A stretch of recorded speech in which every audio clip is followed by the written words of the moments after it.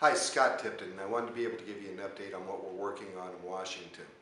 First, I'd like to step back to last week. We had an opportunity to be able to be in our district. It was a work week in a recess period for Washington, and we had the opportunity to be able to sit down with local veterans in Grand Junction, Colorado.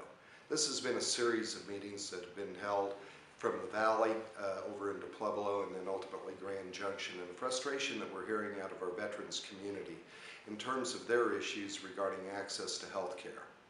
As you all know, we have men and women who've been willing to lay their lives down for freedom in this country, and an obligation was made through the VA to be able to deliver medical services to them. We were seeing this past week problems developing down in the state of Arizona, where ultimately 30 veterans potentially died simply because they weren't able to get in and get some of the health care that they should have been able to receive through the VA. This is a real challenge, and it's certainly no reflection in terms of the doctors and the dedicated personnel that are working within the VA themselves. They want to be able to deliver that health care, but we continue to see administrative decisions that are coming out of Washington that are inhibiting that opportunity to be able to get adequate health care for our veterans. To that end, on the MILCON bill, the Military Construction Bill, we were able to successfully attach an amendment to be able to prohibit the awarding of bonuses to the senior VA personnel. At no point should they be getting a bonus when we continue to see better than 400,000 veterans behind in terms of the health care services that they've been promised. This is a commitment that we're dedicated to fighting on behalf of our veterans to fulfill that promise, just as they fulfilled their promise to America in defending this country. Also wanted to be able to address something that many of you have written our office about in regards to Protecting Our Water Rights Act. This legislation now has successfully moved through the House of Representatives.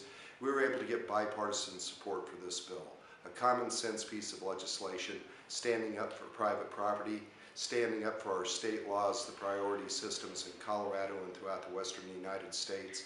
This has now moved on over to the Senate. Senator Barrasso out of Wyoming is carrying companion legislation for us, and the United States Senate has 7 original co-sponsors on this, an important piece of legislation that we'll continue to work on.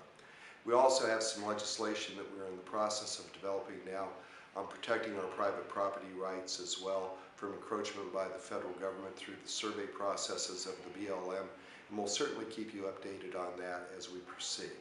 As always, we ask you to reach out to our office with your concerns and your ideas in terms of what we need to be addressing. Traveling through our district, it is still ultimately really about jobs and being able to provide for our families. We have struggling communities right now, people that need an opportunity to be able to work.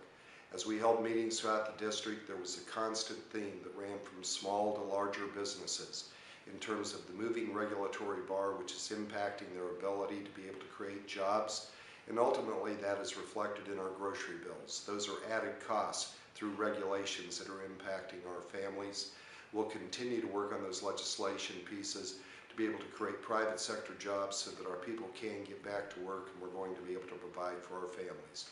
Again, thank you for your comments and your insights, and we look forward to seeing you soon.